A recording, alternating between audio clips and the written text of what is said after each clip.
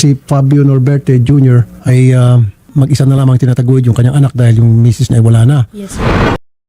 Hi, kamusta kayong lahat? May bago na naman tayong pag-uusapan ngayon mula sa bagong episode ng Rapid Tulfo in Action.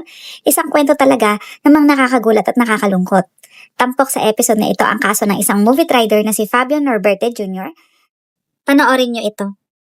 At ang aming pong taus-pusong pakikiramay po, Ma'am Nancy. Kilala ho ba ng kapatid nyo itong suspect? Hindi po. Ayun, bugbog sarado. Buti nga. Itong suspect si Jeffrey Katakutan. Sakay niya lang po yan, sir. Sakay lang. Tapos yung kanyang pakay ay agawin o nakawin yung motor. Yes po. Yun po yung nakita sa CCTV cam. Ilan pong anak na naiwan ni Sir Fabio? Isa lang po yung anak niya lalaki. 3 taong yun lang po. Okay, nakaburol ba ngayon? Yung biktima po si Fabio, opo, nakaburol. Okay. Sige po, magpapadala po ako ng staff dyan po sa burol para po magpaabot ng tulong. Yes, sir. Si Wayne Jacinto, general manager ng Movit. Ito pong si Mr. Norberte Jr. ay rider po ninyo sa Movit. Ano pong tulong ang maibibigay po ng Movit sa kanya? Sa amin po kasi, no, pag mga ganyan, may insurance naman po yan. Tutulungan po namin i-process yan. Pati po yung assistant na kinakailangan nila, no, ipagbibigay din po natin yan. Patamayan po kayo, yung team nag-mobilize na para makapunta rin po sa burol Okay. at mga pagpabot ng tulong. Magkano po yung insurance policy? Aabot po ng ano po yan, ng 500,000. Yan po ba ay maibibigay agad-agad? Ano po yan, ipaprocess mo na yan kung hindi po may bibigay agad. Ganun pa man, ang Movit naman po handang nakaalalay sa kanila. Sa katunayan, meron din po kami ibibigay na amount na kapantay din kung magkano makukuha nila. Ayun. Oo. Ang galing naman ng Movit. 500,000 yung makuha niyo sa insurance. Tatapatan niyo po yun. So, 1 million all in all makukuha po ng kamag-anak Opo. ng biktima. Magaling Opo. kayo dyan sa Movit. Very good. Very good. Nakasakay po yung suspect, bumaba yung suspect, bumunot ng ice pick at Oh, sinaksak sa tagiliran, kanang tagiliran itong biktima. Na si Walang Fabio. dahilan. Wala po, pero... Walang kabog-kabog. At, ayan po, hinabol pa po ng suspect at nakatakbo po yung biktima at kinuha po yung motor. Ayan, may sumisita na po na ibang taong bayan. aba dito sa kayo suspect. ng ano niya, motibo is Motor natin. nakawin yung motor. Tama Kasi po, nakawin sir. yung rider. Yes, sir. Ayan, humihingi po ng tulong. Okay. Yung pong narinig ko na sinabi niyo po, na pag po talaga sa kalooban ko magpasalamat dahil ang gusto po namin yung buhay ng kapatid ko. Kahit wala kami pera. Hindi po pera ang kapatid. Mabuhay ng kapatid ko. Pero dahil siya may iwanin na anak. Mahirap po ng buhay ko. Hindi po namin alam kung paano namin kaya lang yung support na panggata, diaper, pang araw-araw ng bata. Pagtutulong-tulong po namin yan. Hindi naman po, wala na po kasi kami mga trabaho magkakapatid. Nasa 45, 40, sa 50 lang po kasi kami. Colonel Goforth, itong suspect na si Jeffrey Katakutan, marami na palang biktima to. Nasaan po itong suspect? Nasa custody niya na po ninyo? Senator, nasa custody po ng Malabon City Police Station po. Nung in-inquest po nila ito sa kaso ng robbery hold-up ay in-inquest din po natin dito sa Caloocan ng robbery with homicide and carnapping po. Dalawang na biktima nito, sir. Yung unang biktima niya, taga saan po yun? Yung unang biktima po niya po is yung taga Quezon City po na nangyari po rito sa Caloocan po. Nahuli po siya dito sa Malabon po, sa Dongos po. So, na-inquest na po siya. So, nasa kulungan po siya. Baka naman makapagpiansa to at gagawa na naman ng kalokohan. Opo, Senator, na-assure po natin na hindi po ito makakapagpiyasa sapagkat no bail po ang recommended po dito sa isinampa po nating kaso po sa kanya dito sa Caloocan po, Senator. Ay, mainam. Salamat naman. Very good. Mr. John Rick Macay, joyrider naman. Hindi lamang isang insidente ang lumabas sa episode na ito. May isa pang rider na nagbahagi ng kanyang karanasan na kapareho umano ng modus na ikinuwento sa programa. Parehong suspect umano ang nagpanggap na isang pasaherong nangangailangan ng tulong at nagbibigay ng dahilan para siya ay maisakay. Ngunit makatapos makarating sa destinasyon, doon umano nangyarang insidente kung saan sinubukan siyang saktan at kunin ang kanyang motorsiklo. Pakinggan ang buong pangyayari. Magandang hapon po, sir. So, naging biktima rin po kayo nitong si Katakutan, sir? Opo, sir. Dito po siya nanggaling sa Pulihan Silang Cavite po, sumakay sa akin. Okay. Tapos, ganun din po, tulad nangyari kay Sir Fabio, nung Opo. pagbaba niya, anong ginawa po sa inyo?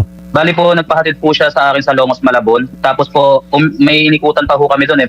Tapos pag-ikot po namin, tapos nung tinuha niya na sa akin yung bababaan niya po, yun na po, bigla na po akong sinaksak.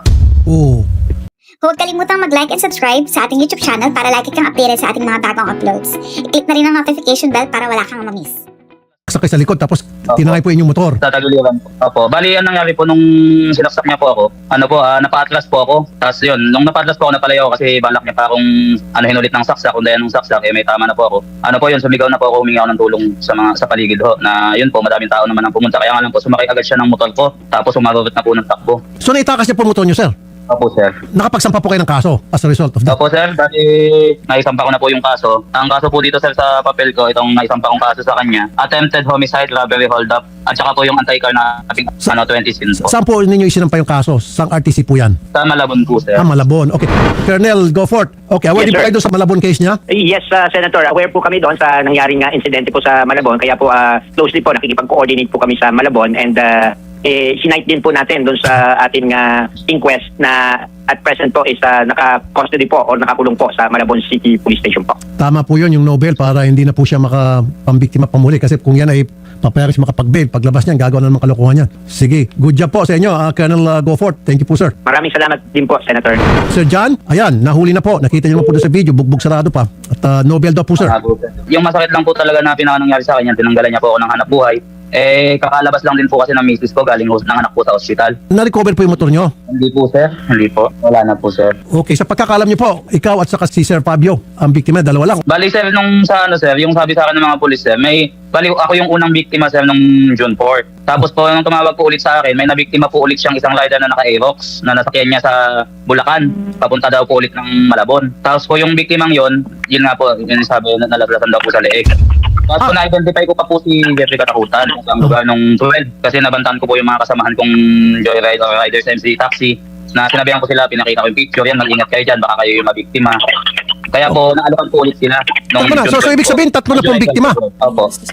Okay, so nung first time siya makapambiktima, dapat merong sistema sa TNVS na yung ganitong klase mga kliyente, mga kriminal, dapat bina-blacklist. Diba? Bali po, pinost ko po siya agad sa social media, yung picture niya po, nung July 4 din po. Yun, kaya po yung mga ibang joyride, na natanggihan po nila yung alok ni Jeffrey Katakutan sa Silang Cavite po. Yun, nagsumbong nga po sa akin yung mga kasamahan ko, nag-aalok na naman daw po nung July 12 po. Tapos na picture lang po nila, binigyan nila ako ng picture na nandoon siya sa Silang Cavite, sa Bulihan. Naghahanap na naman ng mabibiktima.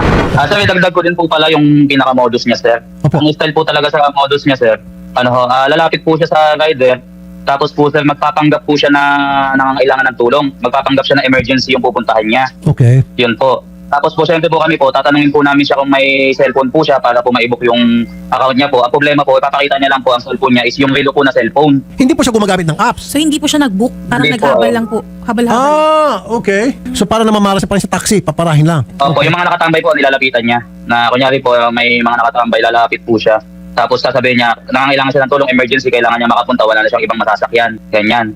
Nung tatanungin namin kung may, may cellphone para ma-scan na lang namin yung booking para po nasa maayos po. Ang problema po sasabihin niya po, yung cellphone niya po is yung relo lang po, wala siyang touchscreen na cellphone. Bukod dun sa relo niya na cellphone, na smartphone yata yun. Okay. Yun po. So dapat po, huwag kayong tumanggap. Yun yung lesson learned dito. Huwag kayong tumanggap sa sino man na lalapit. Dito makikita ang mahalagang aral para sa mga rider. Hindi lahat ng humihingi ng sakay ay ligtas tanggapin. Mahalaga ang pagsunod sa booking system at pagiging mapanuri sa bawat pasahero. Kung anong dahilan, huwag sanang patulan. Opo, yung pagpapanggap niya na emergency na may kailangan siya doon, yun po yung pinakamakakaawaan mo na lang sa kanya nung time na yun. Tapos, Kaya naisasakay siya ng iba. ang kaigihan po dito, sir, ay hindi na po siya makakalabas. Mabubulok na po sa bilangguan. Siyempre, Opo, kayo sir. din po, isa sa mga complainant dyan dahil yung kaso, I'm sure umuusad na yan. Umuusad na din po. Yun lang, sir, yung pinakamalaking dagok sa akin yan. Katulad niya, simula nung July 4 po, yun po, wala na po akong hanap buhay. Tapos po yung misis ko, bagong panganak pa po. Tumulong naman po sa inyo yung joyride. Wala po, sir. Walang binigay na tulang joyride. Hindi na po ako nakapag-report kasi nakasikaso ko yung kaso dyan sa Malabon. Wala po insurance ng inyong motor. Bago po yung motor ko, sir, 2026 lang po yun. Installments po. Oh, okay. Wala po insurance yun. Meron naman daw po, kaya lang hindi ko po alam kung pasok kakausapin ko pa po ulit doon, babalik pa po ako ng kasa. Kasi po 5 buwan pa lang po yung hulog ko doon sa motor na yun. Magkano ba yung motor nyo na natangay sa inyo? Bali po dito, sir, sa papel na binigay sa akin ng kasa, 83,020 pesos po. 83,000. Sige po, bibilan na lang kita ng bagong motor, sir. Para may hanap buhay ka Salamat na. po, sir. Bagay po yun. Wala nga naman po, sir. Sige, ganito po. Kausapin na po yung kasa. Tapos para bukas, pupunta po yung staff ko. Bibili na po yung motor para sa iyo. Okay, sir? Sige. Salamat po, Senator. Wala naman po. Maraming salamat po, sir. Wala naman Bagay po. Sige po, kahit paano po, makakatulong naman po yung ipapaabot namin na ayuda para sa inyo. Salamat po, sir, ha? Miss Nancy, tama lang po na mabulong sa bilangguan to kasi 3 na palang biktima at Sir, dapat lang po. no bill. Tama po yung kaso. Sakit na dibdib. Nakakatulong sa puso. Yung inaasahan mong may darating papalik. Kasi meron siyang anak na sa tanong kanya. Ngayon naputol na po lahat yun. Sige po, ako po yung aking pong programang Wanted sa radyo, yung RTIA. Magbibigay po ako ng 500,000 tulong para dun sa bata, sa anak. Mamaya po pupunta po dyan yung staff po ng RTIA para magpaabot pa ng tulong. At kung ano po may tutulong namin, wag ko kayo magkatubili, sabihin po sa aming reporter. Ano po? Mamaya. Yes, sir. Sige po. Sa muli, nakikiramay po kami, ma'am. Magandang hapon po, ma'am.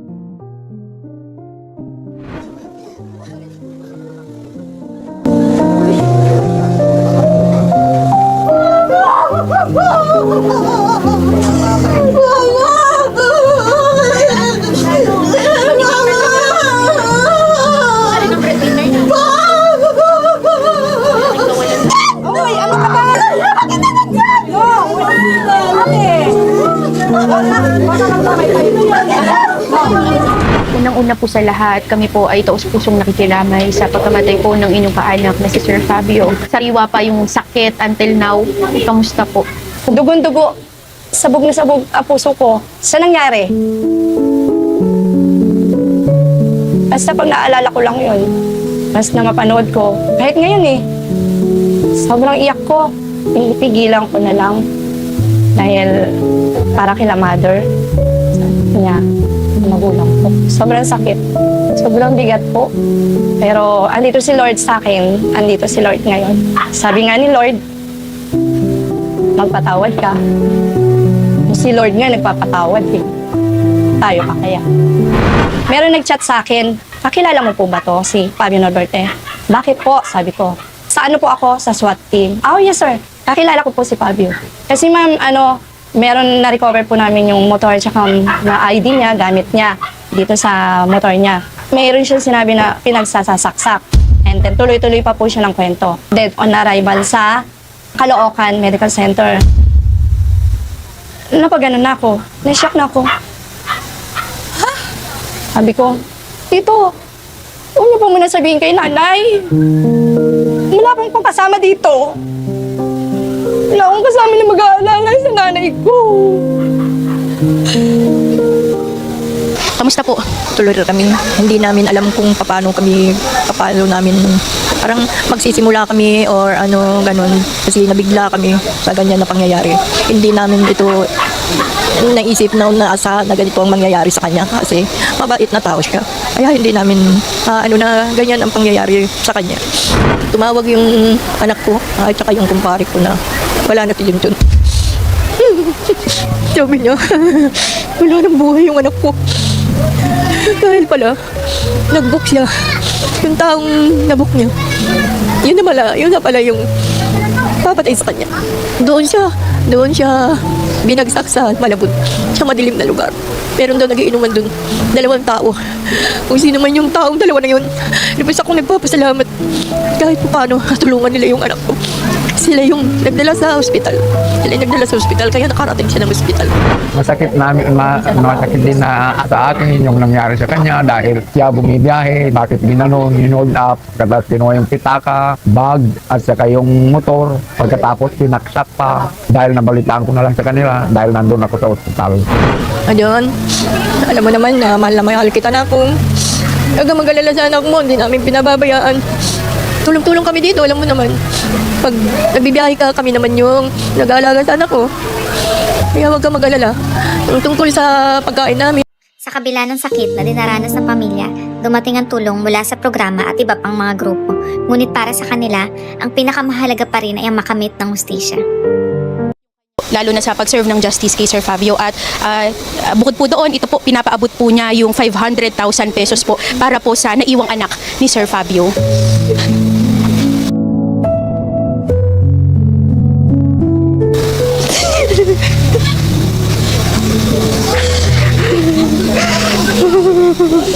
Wala po ako masabi. Kasi para ba ang kapatid ko, buhay ng kapatid ko. Ito po. Ayaw ko pa sana kaya na para sa anak na lang po niya. Napakabigat. Durog na durog po kami. Durog na durog. Kung nakikita mo lang ikaw na kumitil sa buhay ng kapatid ko. Mamatay ka na rin sana. Maghihirap ka sa kulungan. Hindi ka makakawala sa kulungan. Sobrang durog na durog. Sobra po. Ayoko po. Dahil sa kamatayan ano dahil dito po. Wala pong kwenta yung pera. Kung sana buhay yung kapatid ko. Kaya po niyang kitain yung ibang tutot sa anak niya kahit hirap na hirap. At sa amin na pamilya niya. Kaya po yun.